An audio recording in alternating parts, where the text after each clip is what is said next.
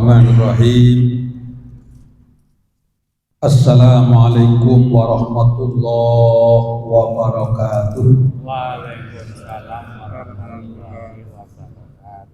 Bismillah, alhamdulillah, wassalatu wassalamu ala rasulillah wa ala alihi wa ashabihi wa mawalah.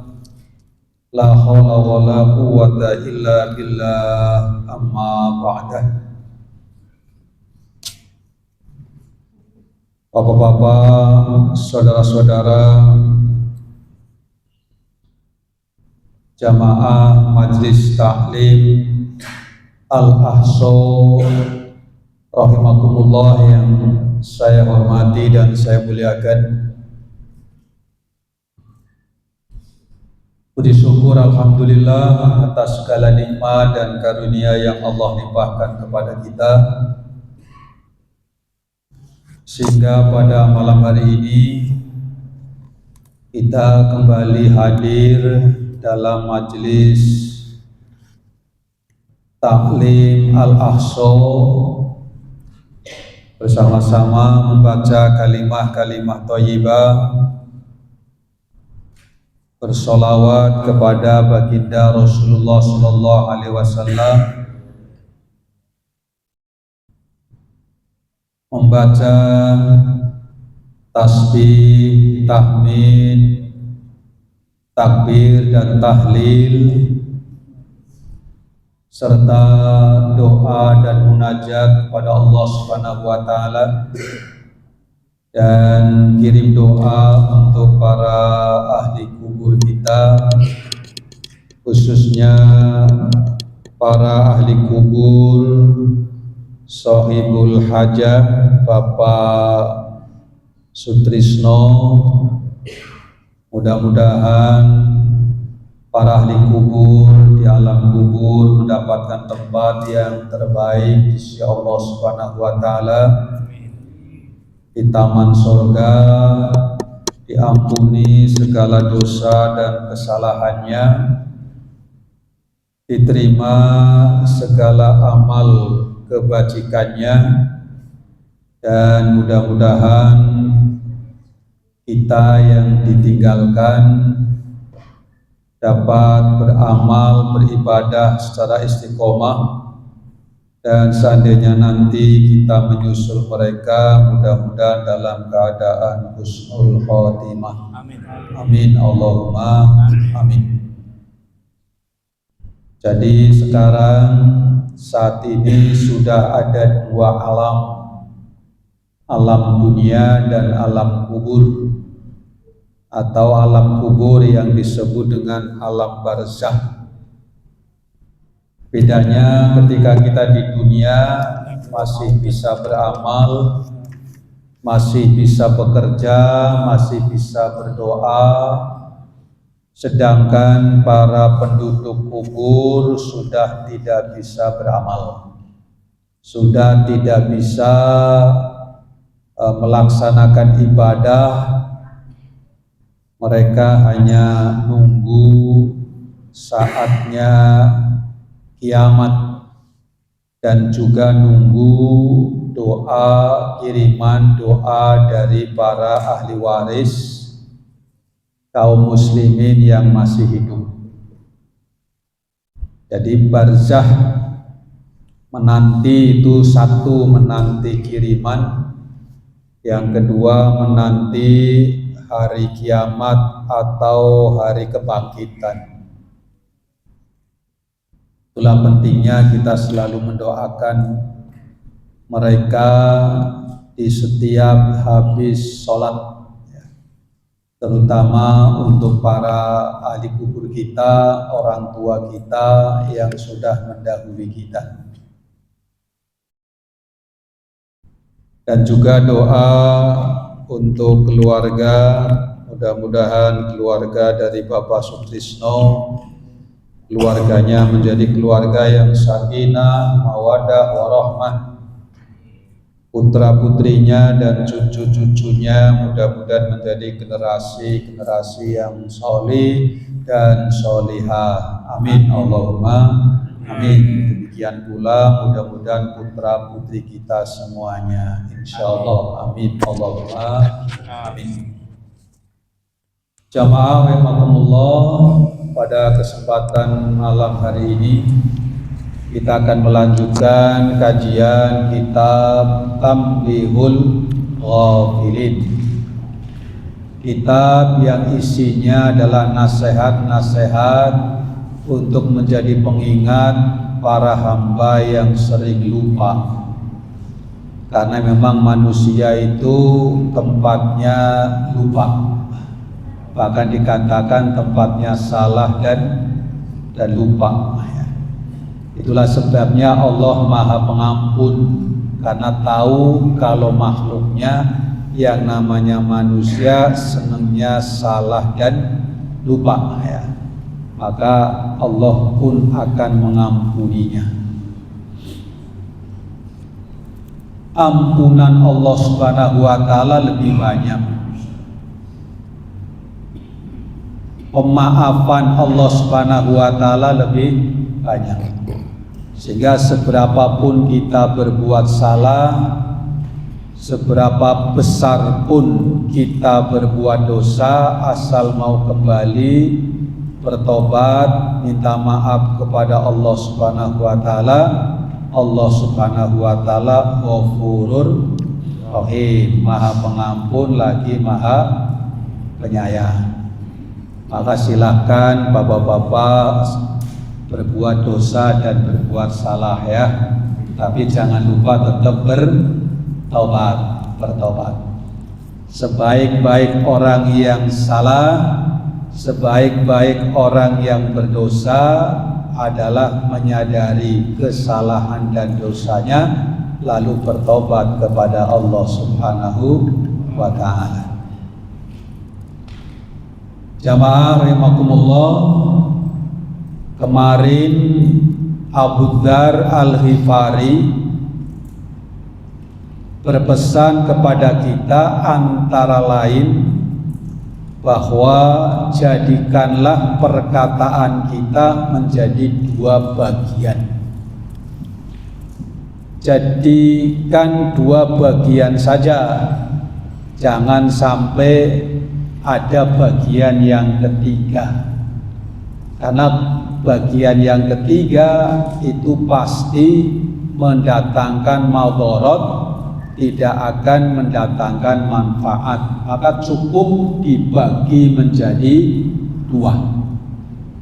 Jadikanlah perkataan kita menjadi dua bagian. Yang pertama, perkataan untuk urusan duniawi, urusan hidup kita di dunia, untuk berkomunikasi, untuk bersosialisasi, untuk saling mengingatkan, saling nasihat menasehati.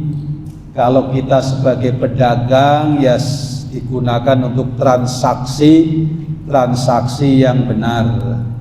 Kalau kita jadi maklar, ya menyampaikan informasi yang jujur, informasi yang baik untuk urusan dunia kalam kita.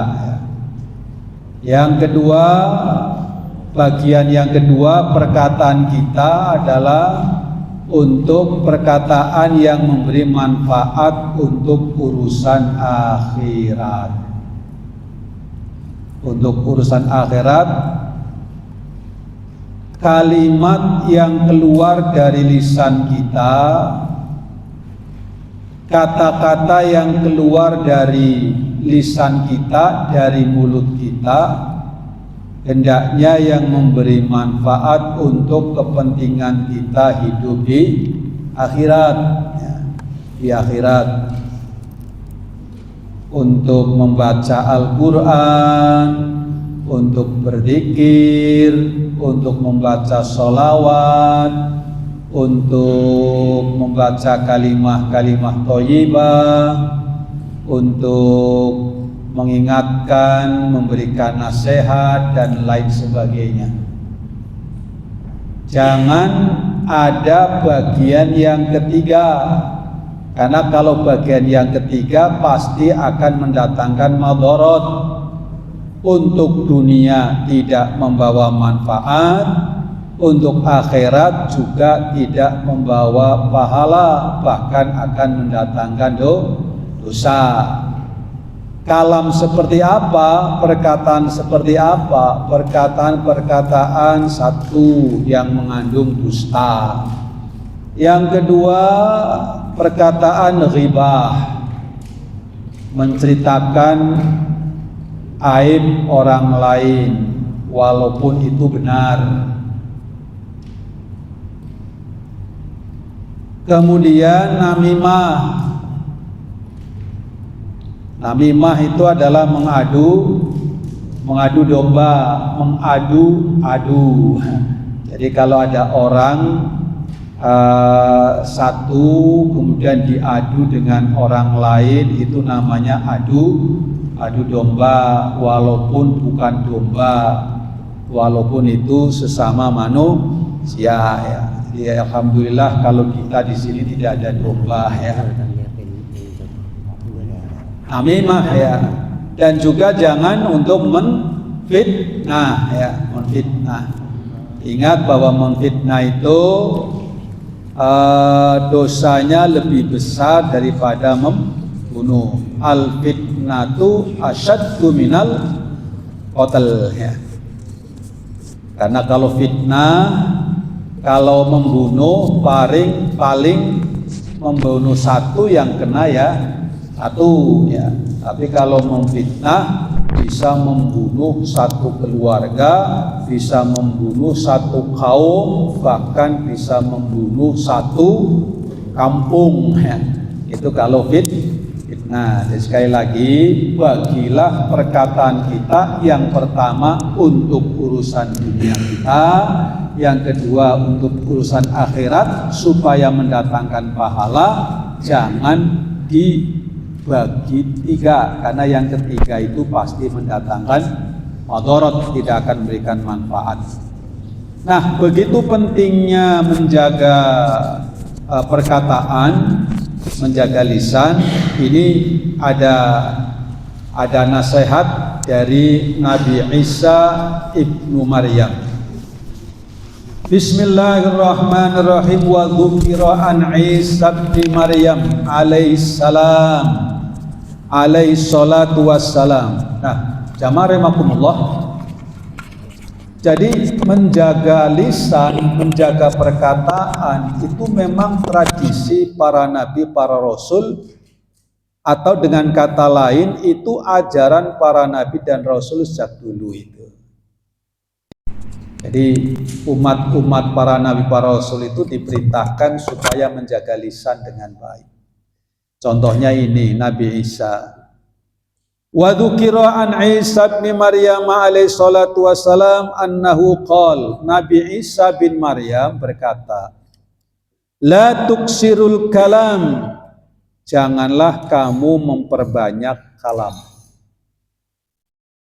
Kecuali tadi menurut Al-Hifari ya, Abu Dar Al-Hifari, untuk urusan-urusan yang penting, urusan-urusan yang mendatangkan manfaat duniawi dan ukhrawi. La tuksirul kalam, janganlah engkau memperbanyak kalam. Yang dimaksudkan adalah kalam, omong-omong yang muspro ya, omon-omon yang tidak ada gunanya, omon-omon yang tidak ada manfaatnya. Jangan memperbanyak fi ghairi dzikrillahi, kecuali perkataan itu tentang zikir kepada Allah Subhanahu wa ta'ala. Kalau urusan zikir kepada Allah Subhanahu wa ta'ala sebanyak-banyaknya. Fadkurullaha dzikron katsira wasabbihuhu bukratan wa asilah. Zikirlah kalian kepada Allah Subhanahu wa ta'ala dengan zikir yang sebanyak-banyaknya. Bila perlu, bapak-bapak yang saya hormati, napas yang keluar melalui lisan kita keluarnya adalah zikir. Kira-kira bisa Bapak-bapak? Halo? Halo? Kira-kira bisa ketika napas yang keluar dari lisan keluarnya adalah zikir? Bisa apa tidak? Bisa sekali ya, asal dibiasakan. Asal dibiasakan. Karena kita pasti tiap hari bernapas. Pernahkah Bapak-bapak menghitung dalam sehari itu bernapas berapa kali? Coba besok dihitung ya. Napasnya dihitung. Setiap yang keluar adalah zikir. Itu maksudnya zikir sebanyak-banyaknya. Kalimat-kalimat yang keluar itu adalah kalimat ingat kepada Allah, zikir kepada Allah. Tasbih, subhanallah, tahmid, alhamdulillah, takbir, Allahu akbar, tahlil, la ilaha illallah. Bosan ganti asmaul husna. Ya Allah, ya Rahman, ya Rahim, ya Malik, ya Kudus, ya Salam. Bosan ganti lagi subhanallah walhamdulillah wala ilaha illallah wallahu akbar. Bosan ganti ayat-ayat Al-Qur'an. Alif lam mim. Dzalikal kitabu la raiba fihi hudal lil muttaqin. Bismillahirrahmanirrahim. Yasin wa ilaihi turja'un. Bisa? Pak Haryadi, jangan dikira ndak bisa. Begitu ngegas sambil jalan dari Padang Lamun, subhanallah, subhanallah, subhanallah, subhanallah. Ketemu gadis rambut panjang, alhamdulillah, alhamdulillah, ya kan? Latih ya, dilatih ya. Dari Padang Lamun naik motor ya, naik mobil gitu kan. Napas yang keluar zikir. Ini tradisi para nabi, para rasul, dan Al-Quran juga memerintahkan itu. Fadkurullaha dzikran katsira wasabbihuhu bukratan wa asila. Siang, malam, pagi, sore, terus gitu loh. Yang lain jangan diperbanyak. Yang lain jangan diperbanyak itu.